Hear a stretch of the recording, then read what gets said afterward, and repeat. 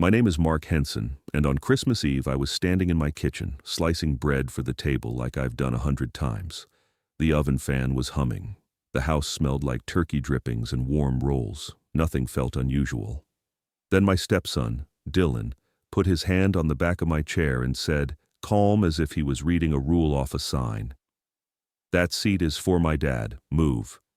For a second, everything in the room just stalled. Someone's fork stayed halfway to their mouth. The Christmas lights in the window blinked on and off like they didn't know what to do either. I looked over at my wife, Karen, waiting for her to say my name. Just once. Something simple. She didn't. She reached for napkins instead, like the important thing was whatever might spill. I didn't argue. I didn't raise my voice. I just stood there, feeling my face go quiet, and somewhere in the back of my mind a separate detail floated up, something that wouldn't make sense until the next morning. A notification sound I hadn't heard in years. I didn't know it yet, but my phone was going to make that sound just after dawn, and it was going to change what I did next.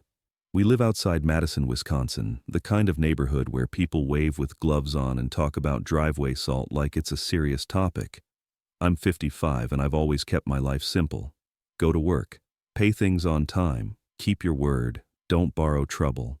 Karen and I got married later in life, second marriage for both of us. We weren't trying to make some picture-perfect blended family. We were just trying to build something steady. And for a while, it felt like we were. The chair Dylan wanted wasn't expensive. It wasn't fancy. It was an old wooden chair with worn arms and a small squeak in one of the back joints. It had belonged to my grandfather. When he got sick, he would sit in it by the window and watch cars pass like he was waiting for someone who wasn't coming. After he died, I kept it. I tightened the joints myself, sanded it down in my garage, restained it a dark walnut, and replaced the seat padding. It wasn't about power. It was about keeping one solid piece of my past in my hands. When Karen moved into my split level, that chair came with me. Holidays, it ended up at the head of the table. Not because I demanded it, but because I was usually the one doing the hosting. The grocery runs, the turkey, the cleanup, the little stuff people don't notice until it stops happening. 2 years ago, I used a chunk of my savings to redo Karen's kitchen. New cabinets, better lighting, a sink that didn't rattle, a faucet that didn't drip. Nothing flashy, just functional and clean. I remember her standing there after it was finished, one hand over her mouth, saying she couldn't believe anyone would do that for her. I believed we were building something. Dylan was part of the deal. He was 31, big frame, always moving like he had somewhere else to be. He never called me Dad. Just Mark. I didn't push it. I wasn't trying to replace anyone. I helped him anyway. Lent him tools. Covered a bill once or twice when Karen asked me to please just help him this one time. I figured patience had value. I figured consistency mattered. Then Dylan's biological father, Vince, started showing up again. Vince had that easy confidence some guys carry around like a jacket. Loud laugh, big handshake. The type who walks into a room and acts like he's returning to a place he owns. Karen told me Vince wasn't around much when Dylan was young. Lately, he'd been making up for lost time, which mostly meant showing up for holidays, talking big, and letting Dylan soak it up. This year, Karen said it was important that Vince come to Christmas Eve dinner. I told her, I'm important too. She gave me that tight, careful smile, the one that means, please don't make this harder. By 5 o'clock, the house was hot from the oven. The windows fogged a little at the edges. Someone had put on an old playlist, Nat King Cole, Bing Crosby, the kind of music my grandfather used to hum without thinking about it. I made coffee the way Karen likes it. Strong. Plain. Dylan came late, like always, and Vince walked in right behind him. I watched Dylan clap Vince on the shoulder and say, "There he is." Vince looked around and smiled at me like I was staff. We sat down. Plates clinked, a quick prayer. I reached for the carving knife. That's when Dylan's hand snapped onto the back of my chair. "Hold up," he said. I turned, confused. "What are you doing?" He nodded toward Vince like it was obvious. "That seat is for my dad," he said again. "Move." I remember thinking my brain was a half step behind my ears, like surely I misheard. like this was some awkward joke that would land wrong and then pass. I started to speak. Just a quiet, "Dylan, don't." And then his hands came forward. Not a tap, not playful. A shove. The chair scraped. My boot caught the edge of the rug. My hip hit the floor hard enough that my breath disappeared. Gravy splashed up onto my shirt and dotted the hardwood. Someone gasped, and Karen didn't look down at me. She grabbed napkins and started blotting at the floor like that was the emergency. I lay there for a second, feeling the sting spread through my hip, watching the napkins move back and forth and realizing something that was colder than anger. In that room, I wasn't family. I was maintenance. I got up slowly. I didn't say a word. I walked out into the cold, got into my truck, and sat with my hands on the steering wheel until they stopped shaking. Behind me, through the window, I could see people moving around the table again. Someone laughed too loud, like noise could erase what just happened. I drove off without turning the radio on. I ended up at a quick trip off the highway, sat in a booth with a coffee I didn't really taste, and watched my breath fog the glass. My phone buzzed. Karen, then Dylan, then Karen again. I didn't answer. I drove back to the small house I'd owned before I married Karen, the one that still smelled faintly of sawdust in the garage. I changed my shirt. I checked the bruise spreading across my hip in the bathroom mirror. Then I sat down in the quiet. The phone buzzed again, a text from Dylan. And I read it once, then twice, feeling my hand tighten around the phone. I didn't reply. I just set it down and waited. Then, just after 6, my phone made a sound I hadn't heard in years. The sound was sharp and out of place, like something you hear once and then forget about. A credit alert. I hadn't heard it in years, not since a buddy from my old shop job had his identity stolen and talked me into setting one up just in case. I picked up the phone slowly, like moving too fast might make whatever it was worse. The screen showed a notification, change detected. I didn't open it right away. Instead, I sat there in my recliner, ice pack against my hip, listening to the house settle. The heat kicked on. Somewhere outside, a plow passed, scraping pavement. Normal sounds. Ordinary life. I told myself it was probably nothing. A soft inquiry. Some automatic check. That's what I would have believed if the night before hadn't gone the way it did. I opened the alert. My credit score had dropped. Not a wobble. A real hit. The kind you feel in your chest before your brain catches up. New activity, new account. My name attached to something I didn't recognize. I stared at the numbers until they blurred slightly, then set the phone face down on the armrest. At my age, credit isn't about toys or status. It's proof you didn't mess things up. It's leverage when something breaks. It's peace of mind. I'd guarded mine the same way my grandfather guarded his tools. Clean, organized, no one touching them without asking. The only people who had access to my information were family. The phone started buzzing again. Karen, then Dylan, then an unfamiliar local number. I let them all ring. Not because I was trying to punish anyone, because if I answered, I knew I'd either get talked over or talked into something before I understood what was happening. I made coffee, strong, plain, the way I drink it when I need my head clear. On the hallway shelf, there's a thin folder I've kept for years. Deed copy, insurance, warranties, boring stuff. I pulled it down and noticed for the first time that night a stack of receipts tucked behind it. Menards, Home Depot, faucet, sink, cabinet hardware, tile adhesive, Karen's kitchen. I remembered standing in that half-finished room on a Saturday afternoon, hands cramped, back stiff, laying tile one piece at a time. I remembered her saying she finally felt proud to have people over. I remembered believing her. The phone buzzed again. This time it stopped, then buzzed again immediately. Same unfamiliar number. I answered. "Mr. Henson?" A woman's voice, professional, calm. "This is Elaine from Summit Ridge Credit Union. I'm calling about an urgent matter on your account. Are you somewhere private?" "I am," I said. She paused, like she was choosing words carefully. "We're reaching out because there's a delinquency notice associated with a personal loan where you're listed as the guarantor." I felt my stomach drop, slow and heavy. "I'm listed as the what?" "A co-signer," she said. "The loan is past due. and our system flagged your credit profile. I leaned back in the chair, staring at the ceiling. How much? There was a paper shuffle on her end. $18,400. Opened 8 months ago. 2 payments missed. That wasn't groceries, that wasn't gas money, that was a truck, or a season of someone else's bad decisions. I didn't co-sign anything, I said. There was a brief silence. Not surprised, just prepared. The file includes your name and a signature attributed to you, she said gently.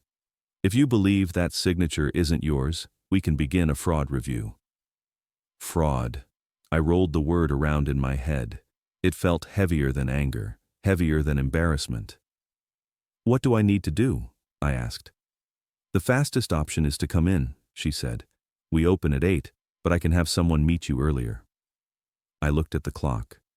6:34 a.m. I'll be there. When the call ended, my phone lit up again. Karen, then Dylan, then Karen again. I didn't answer any of them. I put on jeans, a flannel, and my work boots. The same ones I wear when something needs fixing. Outside, the cold hit my face hard and clean. Snow crunched under my steps. My hip protested, but I welcomed the reminder. It kept me grounded. I drove through quiet streets toward the credit union, the sky still that dull gray blue before sunrise. In the windshield, my reflection looked older than I remembered, tired, but steady. As I pulled into the nearly empty parking lot, I thought about the chair, about Dylan's hand on it like he had a claim, about Karen's eyes on the floor. Then I shut the engine off and sat there for a moment, breathing. Inside, whatever this was, I was about to see it in black and white. Elaine met me at the door with a key card and a quiet nod. No small talk, no rush. She led me down a short hallway that smelled faintly of copier toner and stale coffee and into a small office with a desk, 2 chairs, and a monitor already awake. I'm sorry you're dealing with this the day after Christmas, she said, sitting across from me. I know it's a lot. Just show me, I said. She slid a folder across the desk. On top was a loan summary. Borrower, Dylan Parker. Secondary borrower, Karen Henson. And underneath, in clean printed text, my name, guarantor. I didn't touch the folder right away. I just looked at it, the way you look at something fragile when you're deciding whether picking it up will break it. Elaine turned the monitor toward me. Here's the signature page. The scanned document filled the screen. Black ink, slanted slightly to the right. From a distance, it looked close enough that someone in a hurry might not question it. Up close, it wasn't mine. The rhythm was wrong. The loops were wrong. My last name ended with a little flourish I never used, and the first name, I felt my throat tighten. Do you ever sign as Marky? Elaine asked quietly. No, I said. Only one person ever called me that, and I haven't written it since I was a kid. She nodded, already reaching into a drawer. Who had access to your information? My wife, I said. We were married. She didn't react, just slid a single-page form onto the desk. This is a fraud affidavit, she said. If you sign it, we open an investigation. Once that starts, we can't stop it. There can be consequences for whoever submitted the paperwork. My phone buzzed on the desk. Dylan's name lit up the screen. Elaine glanced at it, then back at me. You don't have to decide this minute. I looked at the signature on the screen again. The wrong name, the wrong hand. My name used like a tool someone picked up without asking. I'm not doing this out of anger, I said, surprising myself with how steady my voice sounded. I'm doing it because my name means something. I signed. Elaine gathered the paperwork with practiced care, like she'd done this before, but never treated it lightly. She explained the next steps in plain language. An investigator would call. I'd need to provide normal signature samples. Everything would be documented. No drama, just process. That almost made it worse. How ordinary it all was. Outside, the cold air felt sharper than before. My phone buzzed again as soon as I got into the truck. Karen. I answered. Where are you? She asked. Her voice was tight. Dylan can't access his account. Vince is furious. What did you do? What did I do? I repeated. Why is my name on an $18,000 loan? There was a pause. The kind that answers questions without saying anything. I was trying to help, she said quietly. Dylan needed it. Vince said he'd cover it. It was temporary. And you signed my name. You would have said no, she said, like that explained everything. Yes, I said. That's why you didn't ask. I drove straight to Karen's house. Dylan was waiting near the entryway, pacing like a guard dog. His eyes were red, jaw tight. Are you happy? He snapped. They froze everything. I can't even get gas. Vince stood behind him, coat still on, arms crossed. I looked past them into the living room. In the corner, pushed away from the table like it didn't belong, was the chair. My chair. Dylan saw me looking and smirked. Yeah, we moved your little throne. That chair belonged to my grandfather, I said. Your grandfather's dead, he shot back. Mine's right here. Karen stood in the kitchen doorway, twisting a dish towel in her hands, eyes on the floor. Tell him, I said to her. Tell him whose name is on that loan. Her mouth opened, closed. I signed it, she whispered. I thought it would be okay. Dylan stared at her, then at me. You told them it was fraud? I told them the truth, I said. I didn't sign anything. You always cover things, he yelled. You could have fixed this. That sentence landed harder than the shove. I turned and walked out before my temper could make a mess. In the truck, my phone buzzed again. A voicemail from Dylan. His voice this time wasn't angry. It was scared. I didn't listen to it yet. I drove somewhere else instead. I didn't go home. I didn't go back to Karen's place either. I drove to the American Legion Hall a few miles out, the one with bad coffee and folding chairs that had been there longer than most of us. It was quiet that morning, just a couple of retirees reading the paper like the world still ran on routine. I slid into a chair across from Paul, a retired attorney who volunteers there a few mornings a week. He knows contracts the way some men know engines. I didn't tell him the story first. I just set the folder on the table and waited. He read without reacting. No raised eyebrows, no commentary, just pages turning. After a minute, he tapped the signature page with one finger. That's not you, he said. No, I replied. It isn't. Paul leaned back. This isn't family stress. This is identity misuse. If you pretend it's smaller than that, it won't stop. Next time it'll be a credit card, or a refinance, or your retirement. I stared at the tabletop. I wasn't trying to punish anyone. I just wanted things back where they belonged. Paul nodded like he'd heard that sentence before. You're not causing consequences. You're just not blocking them anymore. That stayed with me. Before I left, I stopped at my house long enough to grab a notebook and the small shoebox I keep in the closet. Old statements, copies of IDs, the boring stuff you never think about until suddenly it matters. I wrote everything down, dates, times, the shove, the calls, the loan amount. I even pulled footage from my doorbell camera, not because I was angry, but because Paul's voice was in my head. Document everything. By noon, the messages started spreading. A cousin, someone from church, a friend of Karen's sister. You're really doing this? It's Christmas. Dylan's just stressed. I didn't answer any of them. I saved every message. Then the credit union called again. The review is now formal, Elaine said. An investigator will contact you today. Not 10 minutes later, another number came through. A man introduced himself as Mr. Carter, spoke calmly, asked if we could meet that afternoon. I agreed. The meeting room was plain, beige walls, fluorescent lights, a small recorder on the table. Mr. Carter didn't waste words. He asked me to walk him through Christmas Eve. The chair, the shove, the calls. I stuck to facts, times, names, what was said. Then he slid 3 blank sheets toward me. Sign your name 10 times, he said. Normal signature. My pen moved the way it always does. Steady, practiced. No extra loops, no childhood nickname. He compared them to the scanned signature, didn't pretend it was close. That's not a match, he said. No, I answered. It isn't.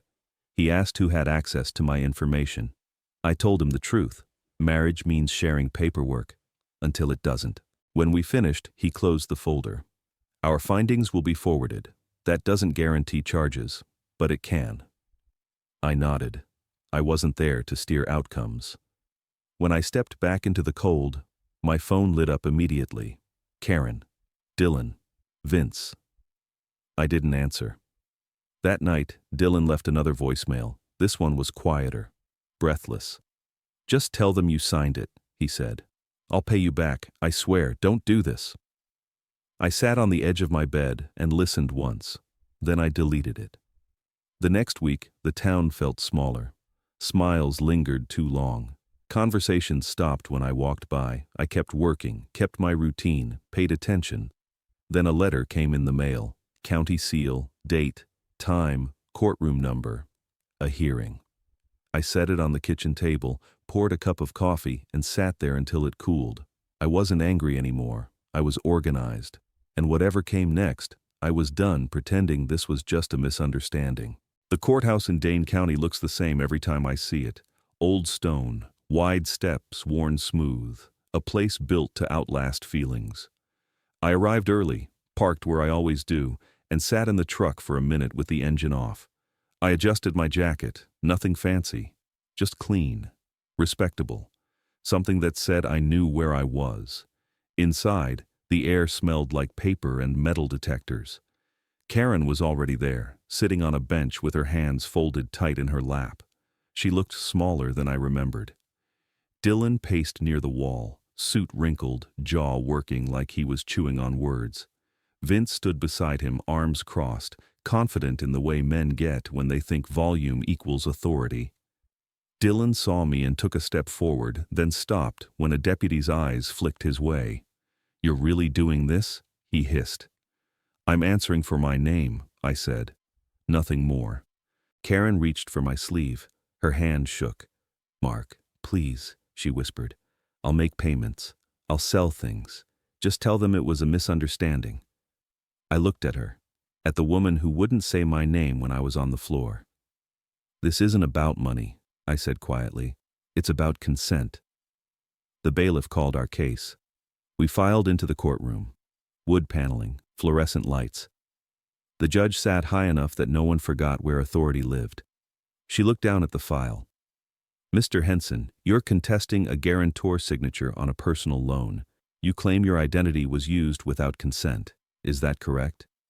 "Yes, Your Honor." Dylan's attorney stood. "This is a family misunderstanding. Mrs. Henson believed she had permission." The judge raised a hand. "Belief is not consent. Do you have proof?" Silence. She turned to Dylan. "Did Mr. Henson agree to co-sign this loan?" Dylan glanced at Vince, then back at the bench. "He knew we needed help." "That's not my question," the judge said evenly. "Did he agree?" "Not directly," Dylan muttered. Elaine from the credit union testified. Dates, amounts, missed payments. Mr. Carter explained the signature comparison. I sat still and listened. Then Dylan's attorney tried one last angle. "Isn't this about a Christmas argument?" "There was an argument," I said. "There was also a shove, but I'm here because my name was used without permission." The judge nodded once. "Do you have additional evidence regarding intent?" "I do," I said. I handed the bailiff a small flash drive. Audio from my doorbell camera, outside Mrs. Henson's home on Christmas Eve. Dylan's head snapped up. "What?" "Proceed," the judge said. The speaker crackled. Wind, a door closing, then Dylan's voice, laughing. "He'll pay it like he always does." Vince's voice followed. "He's not going anywhere." Then Dylan again, clear as day. "He's just maintenance." The room went completely still. The judge clicked the file shut. "That's sufficient." She looked at Dylan. "Those statements demonstrate intent. This matter will be referred appropriately." She turned to Karen. "You placed your spouse at financial risk. There will be consequences."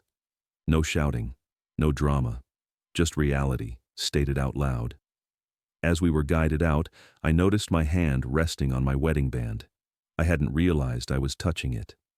Outside, the cold air hit clean and sharp. My hip still ached. My chest still felt tight. But my back was straight. Dylan had wanted me out of a chair. Instead, he'd brought me into a room where the truth had a microphone. And the truth didn't raise its voice. The next few weeks passed without any big moments. No shouting, no dramatic scenes, just paperwork moving through systems that don't care about intentions, only records. Karen cooperated. She signed statements. She agreed to restitution terms and mandatory financial counseling. The county didn't put her in jail, but they didn't treat it lightly either. Access to my credit was formally cut off. A separation agreement was drafted by an attorney Paul recommended. Clear boundaries, clean lines, protection going forward. Signing those papers felt heavier than I expected. Not because I didn't understand them, but because they closed the door on the version of the marriage I thought I had. Dylan lost more than he planned on. The loan didn't disappear, his accounts stayed restricted. He sold his truck to cover part of what he owed. The warehouse job he'd been bragging about quietly went to someone else after a background check flagged the situation. He blamed me for all of it. That part didn't surprise me. What did surprise me was how little I felt when I heard. One night, about a week after the hearing, Karen came to my house. She stood on the porch holding a grocery bag like it was proof she meant well. Crackers I like. A box of peppermint tea I'd mentioned once in passing. Small things, carefully chosen. "Can I come in?" she asked. I stepped aside. She sat on the edge of the couch, shoulders rounded. "I messed up," she said. "I panicked. I thought if I handled it myself, no one would get hurt." "You handled it," I replied. "And I got hurt." She cried quietly. No excuses this time, just regret. "I didn't want to lose my son," she said. I nodded. "So you picked the option where you could lose me quietly." That landed. I could see it. We didn't argue. There was nothing left to argue about. The damage was already labeled, dated, and filed. A few days later, Dylan texted me. "You didn't have to play that audio. You made me look like a monster." I stared at the screen for a moment, then typed back, "You made yourself sound like you sounded." He didn't respond right away. When he did, it was shorter. "Ray says you're dead to us." I set the phone face down and went back to what I was doing.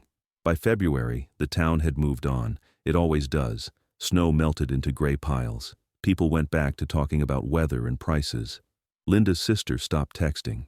Church felt normal again, if quieter. I was living alone in my small house the way I had before. Same routines, same mornings. Only now, the silence didn't feel empty. One Saturday, I went back to Karen's place with Paul.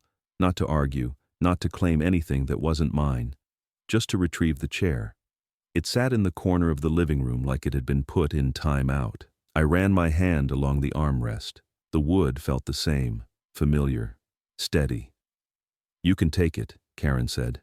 "I am," I replied. "Home." We loaded it into the truck. As I tied it down, it creaked once, the way it always had. On the drive back, something settled in my chest. That chair had never been about authority. It was memory, continuity, a reminder of where I came from. No one could take that by sitting in it. That night, I made coffee and set the chair by the living room window. Snow started falling again, soft, uninterested in anyone's drama. I sat there and let the house be quiet. For the first time in a long while, the quiet didn't feel like something missing. It felt like order. Then my phone buzzed once more. The message was from Dylan. It came in at 10:41 p.m., plain and short. "I didn't think you'd actually do it." I read it once. Then again. There was no apology in it, no accountability. But there was something else I hadn't seen before, a crack. Not enough to fix anything, just enough to show reality had finally reached him. I typed back, "Neither did I, until you forced my hand." A long pause followed. Then another message. "Mom's not okay." I set the phone down on the table and leaned back in the chair. The wood creaked softly, the same way it always had. That sound didn't belong to anyone else. It never had. "Tell her to take care of herself," I replied, "and tell her peace doesn't come from covering things up." He didn't answer. In March, Karen and I finalized the separation. It wasn't loud, no scenes. Just signatures, careful language, and the quiet understanding that something important had already ended long before the paperwork caught up. She cried. I didn't. Not because I felt nothing, but because I'd already done my crying on a kitchen floor while no one looked down. On the day the last form was filed, Paul clapped me on the shoulder outside the courthouse. "You okay?" he asked. "I will be," I said. And I meant it. That afternoon, I went home, made a cup of coffee, and sat in my grandfather's chair by the window. Snow drifted down in slow, steady sheets. The heater kicked on. The house settled around me with familiar sounds. The silence wasn't the kind that ignores you. It was the kind that belongs to you. I thought about that Christmas table, the shove, the moment my name wasn't spoken. I don't hate any of them. Hate keeps you tied to people longer than you should be. What I learned was simpler than that. Respect works both ways, and if someone burns their side of the bridge, they don't get to complain when you stop crossing it. I've since helped a friend from the Legion sort out a similar mess. Different details, same pattern. Sometimes people don't need saving, they need boundaries. And sometimes the calmest thing you can do is stop absorbing damage. If this story felt familiar, if you've ever been told to know your place or had your patience mistaken for permission, you're not alone. If you found value here, go ahead and like the video and subscribe. It helps these stories reach the people who need them. And if you're comfortable, drop a comment letting me know what city you're watching from and what time it is right now. I read more of those than you might think. 2 more stories will be up next, both different, both real. Take care of yourself and take care of your name.